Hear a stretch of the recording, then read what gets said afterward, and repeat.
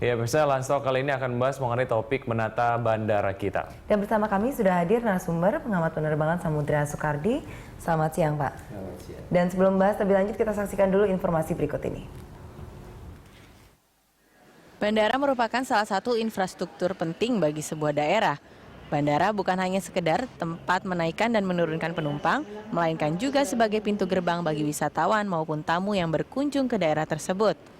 Oleh karena itu, sebuah bandara haruslah dibangun dan dikelola secara baik dan profesional untuk mengatasi masalah yang ada demi menjamin kenyamanan seluruh pengguna dan orang-orang yang ada di sekitar lokasi bandara.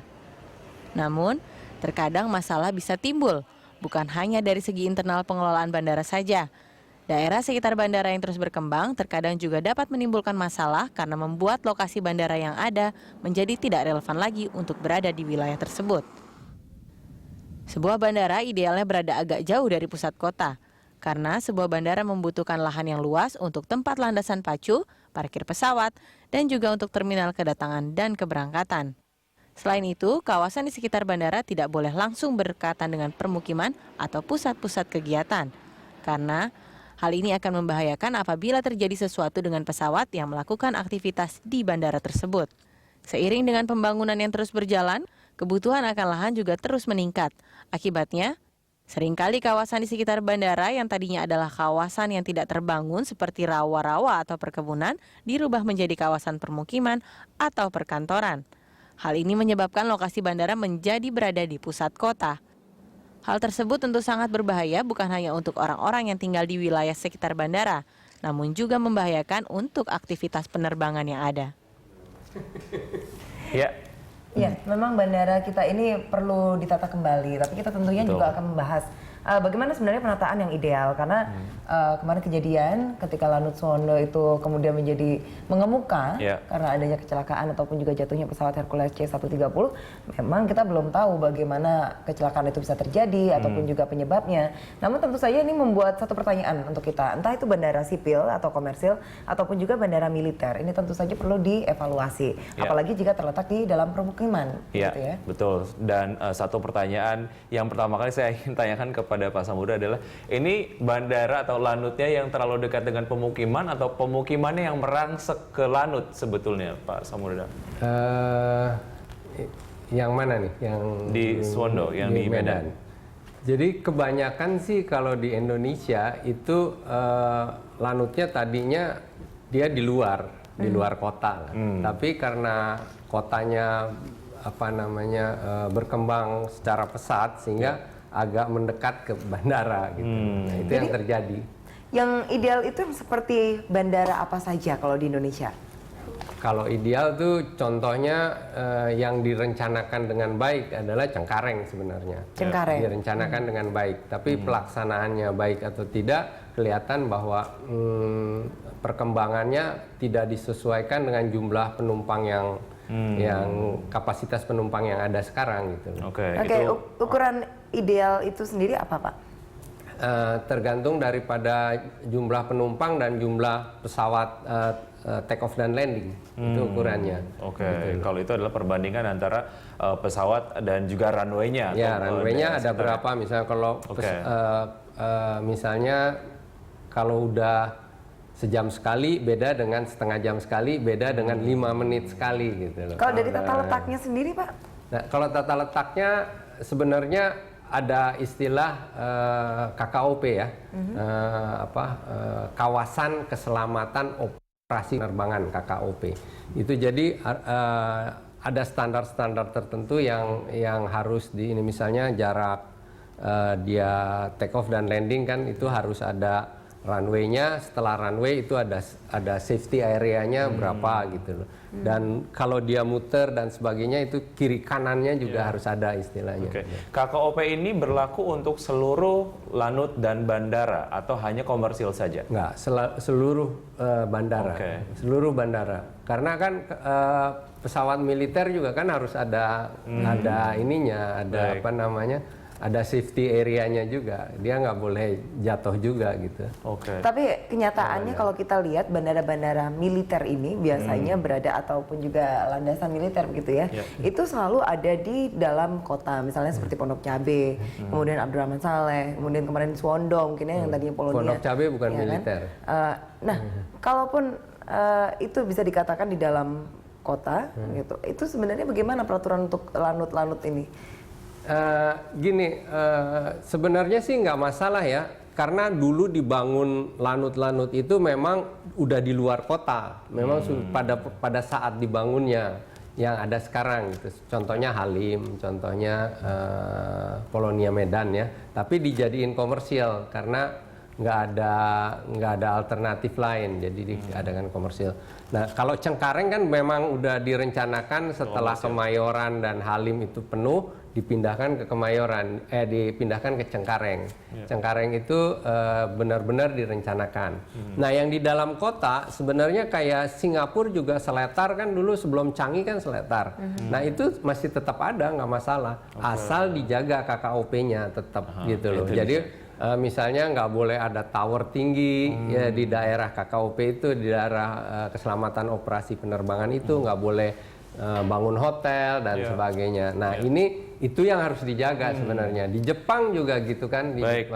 Oke, Pak Samudra tahan dulu di situ karena kita harus jeda sejenak. Namun pemirsa Anda bisa memberikan komentar lewat Twitter @jurnalsiang atau SMS ke 0811 8335 551. Anda juga bisa menelpon saat siaran berlangsung lewat nomor telepon di 021 52 900 308 atau 021 52 900 311.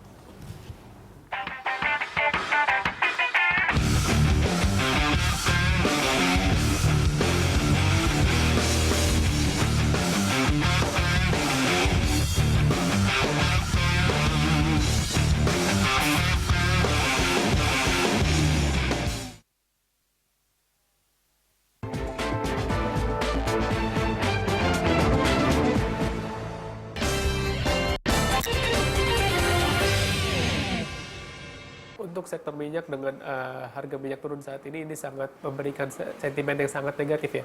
Karena seperti yang telah SKK Migas sebutkan, jadi investasi dari sektor minyak ini turun ya 14% dari initial plan mereka. Jadi sebelumnya itu sekitar 23 miliar US dollar, ini menjadi 20 miliar US dollar. Jadi ini sangat berdampak negatif ya. Jadi banyak oil and gas companies ini melakukan delay untuk eksplorasi mereka. Jadi mereka sangat fokus untuk blok-blok yang sudah berproduksi saja. Jadi menurut kami saham-saham yang berada di sektor ini akan tertekan ya selama tahun ini.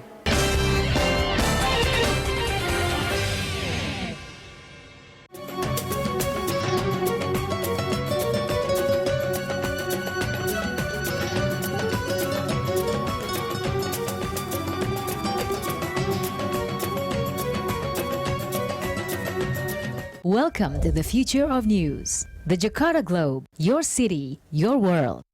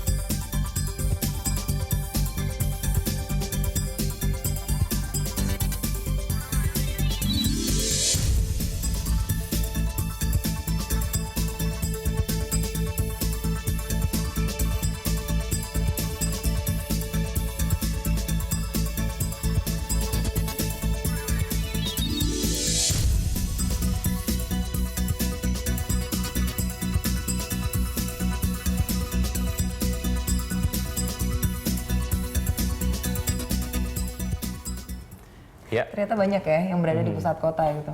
Kalau kita lihat tadi sebenarnya Ngurah Rai kalau dikatakan murah Ray di dalam kota sebenarnya tidak ya, tapi entah kenapa dibandingkan dengan sekarang ini ternyata dulu tuh jauh banget dari pusat kota gitu. Betul, dan sekarang letaknya lebih dekat ke pusat kota, bandaranya sendiri. Oke, kalau Anda tadi menyebutkan Pak Samudra bahwa pada awalnya sebuah bandara itu memang dibangun di luar area perkotaan ataupun di luar pemukiman gitu ya. Namun sekarang banyak sekali lanut atau bandara-bandara yang memang berkesan bahwa berada di tengah pusat keramaian gitu. Tadi Anda juga menyebutkan bahwa ada kawasan keselamatan operasi penerbangan. Siapa yang bertanggung jawab untuk menjaga kawasan steril ini supaya tidak dimasuki oleh perumahan-perumahan atau pusat-pusat perbelanjaan dan lain sebagainya? Sebenarnya dia secara resmi ya, kalau untuk penerbangan sipil itu adalah Departemen Perhubungan. Kalau itu militer sipil biasanya Departemen Perhubungan dan Hankam maupun Angkatan Udara biasanya. Itu jadi satu ya. Jadi mereka harus koordinasi mengenai hal itu gitu. Koordinasi pengawasannya itu secara berkala kah atau seperti apa, Pak? Ya, jadi gini, kalau kita mau bangun bandara udara itu ada 3 hal yang harus diperhatikan ya. Yang pertama adalah safety buat operasi penerbangan itu sendiri. Yang dua adalah security, menjaga kesana lingkungan daripada bandara sendiri. Yang ketiga adalah kenyamanan. Kenyamanan tuh ada 2, kenyamanan di dalam bandara sendiri dan kenyamanan di luar bandara gitu. Penduduk-penduduk di luar bandara, termasuk bising, termasuk lalu lintas. Nah itu harus dijaga benar-benar sebelum dia dibangun airport gitu loh. Nah, kalau yang security dan keselamatan penerbangan itu sebelum itu ditata oleh pengembang bandara dan diberi izin oleh Departemen Perhubungan. Oke, dan zona steril juga sebaiknya dilakukan hal yang sama gitu ya, agar di daerah-daerah yang tadi sebaiknya tidak didatangi oleh perumahan-perumahan tidak dilanggar itu juga, gitu. Kalau di daerah bandara itu biasanya lebih milik kepada pemerintah daerah dan dikelola oleh disubnya Dinas Perhubungan Udaranya ada dia. Mereka yang ngelola di bawah pengawasan Departemen Perhubungan biasanya. Nah itu biasanya cuman airstrip aja, kayak airstrip aja belum ada dan sebagainya. Tapi itu tetap harus di steril gitu, harus ada KOP-nya gitu. Kalau nggak ada KOP-nya nanti ada pesawat datang dan sebagainya akan terjadi kecelakaan. Itu termasuk bandara-bandara yang digunakan oleh militer atau tidak? Ya, KKOP itu termasuk? Ya, KKOP juga dengan militer harus ada KKOP-nya. Karena kalau tidak ada KKOP-nya, dia kan nggak aman take off landing dan orang bisa bangun tower, bisa bangun rumah, bisa bertingkat dan hotel yang mengganggu ininya sendiri. Iya, pada kenyataannya kan komplek-komplek perumahan TNI AU ya, itu kan sering sekali ya berada di sekitar. Nah itu nggak apa-apa karena dia ketinggiannya kan tidak menyalahi aturan. Di KKOP kan ada misalnya dia take off landing setelah ujung runway itu ketinggiannya berapa, nggak boleh karena dia kan naik begini pesawatnya dan itu nggak ada boleh bangunan tinggi. Tapi kalau di sebelah sini bangunan rendah boleh. Kan ininya juga bandaranya sendiri arrival hole-nya sama departure hole-nya kan ada juga gitu loh. Tower juga kan ada, cuman udah dihitung gitu loh. Baik, ya. Kita tarik ke satu kejadian yang tentu saja ini akhirnya membuat kita harus belajar. Ini adalah pembelajaran yang sangat-sangat mahal sekali, kecelakaan Hercules yang baru saja terjadi yang jatuh di wilayah pemukiman warga. Kalau dilihat dari KKOP dan lain sebagainya, Anda melihatnya seperti apa? Kawasan Suwondo sendiri apakah ideal atau tidak, sesuai atau tidak? Nggak, kan sejak dipindah ke Kuala Namu itu kan dipegang oleh militer lagi, oleh Angkatan Udara lagi. Jadi saya nggak mengikuti lagi itu perkembangannya.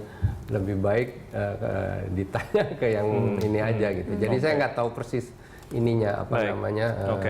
Kalau sipil masih kita amati gitu loh. Tapi kalau militer kebetulan saya nggak mengamati. Anda sendiri kan sebenarnya dulu pernah terbang juga ya, menerbangkan pesawat ya? Nggak pernah. Jadi saya cuman jadi pilot perusahaannya aja. Oke. Ya. Itu kalau mengelola seperti itu, bagaimana memperhatikan safety untuk para penerbangnya? Para penerbangnya. Kalau para penerbang kan biasa dia harus ada license, dia harus setiap license dia harus simulator gitu loh. Kalau ada kejadian dan sebagainya, kan kalau di pesawat nggak bisa latihan, jadi harus latihan di simulator. Misalnya mati engine 1, dia harus bagaimana actionnya gitu loh. Mati engine 2 harus bagaimana gitu loh. Terus kalau ada sesuatu RTB atau return to base istilahnya itu dia bagaimana dan sebagainya. Itu dilatih simulator. Dan sekarang peraturannya semua pilot itu simulatornya 6 bulan sekali. Karena kan kalau dulu setahun sekali karena supaya dia lebih refresh, jadi di 6 bulan kan sekali. Gitu. Oke, baik ya. Pak Samudra, bicara soal plus atau minus keberadaan dari bandara yang dekat dengan pemukiman, apakah itu memang pemukiman yang merangsek bandara atau bandaranya yang ada di pemukiman gitu ya, yang mana saja terserah. Plus minusnya seperti apa? Atau Anda mungkin melihat banyak minusnya, banyak... Nggak di semua kota sebenarnya, kota-kota besar ya, itu ada bandara di dalam. Karena dulu memang dibuat bandara itu seolah-olah, bukan seolah-olah, pada saat itu dia di luar kota gitu. Di London, di Tokyo, semuanya di Singapura, di Malaysia juga kan, itu kan... Tapi tetap dipertahankan bandara itu gitu loh. Artinya Anda tidak terlalu mempermasalahkan letak bandara atau lanut yang ada di tengah perkotaan, namun ada komitmen yang tadi sebaiknya Pemda komit, tidak ada pembangunan yang memang KKOP-nya jangan ditabrak gitu aja. Baik, oke. Ya, Kita sudah ada penelpon. Selamat siang, Pak Martono. Ya, selamat siang, Mbak. Dengan komentar Anda, Pak? Halo? Iya, silakan, Pak. Oh, enggak, saya hanya urun rembuk saja. Saya itu dulu orang bandara. Jadi bandara atau Kapelut Pelabuhan Udara Angkatan itu dulu bekas zaman penjajahan yang bikin orang Jepang, orang Belanda, seperti Polonia. Itu yang bikin orang bukan orang Indonesia.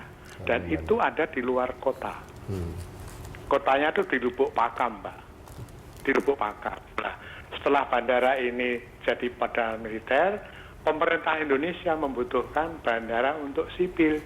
Mereka numpang. Seperti Bandara Adi Sucipto. Itu dulu di luar kota. Terus pemerintah numpang untuk bandara sipil.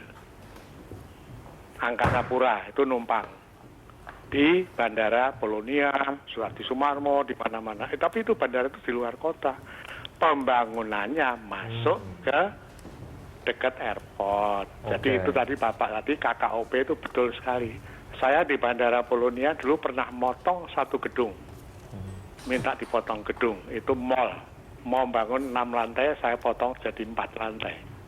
Jadi ini sekedar info saja bahwa bandara-bandara itu bukan dibangun di tengah kota, tapi keberadaannya dulu ada di luar kota. baik. Ya, itu aja, Mas. Ya. Baik, Pak Martono, terima kasih atas... Baik, terima kasih atas informasi yang sudah disampaikan. Ya, selamat siang. Ya, Pak Samudra, kalau kondisinya seperti ini apa yang harus dilakukan? Pembebasan lahankah atau seperti apa? Enggak, mempertahankan KKOP aja yang telah Artinya kan ada daerah steril yang memang harus dibebaskan gitu ya? Di daerah steril yang tegas nggak boleh dibangun bertingkat dan tidak boleh dibangun misalnya perumahan dan sebagainya itu. Itu harus tegas saja, baik itu Pemdanya maupun perhubungannya. Ya baik, nanti kita lanjutkan lagi dialog kita, Pak.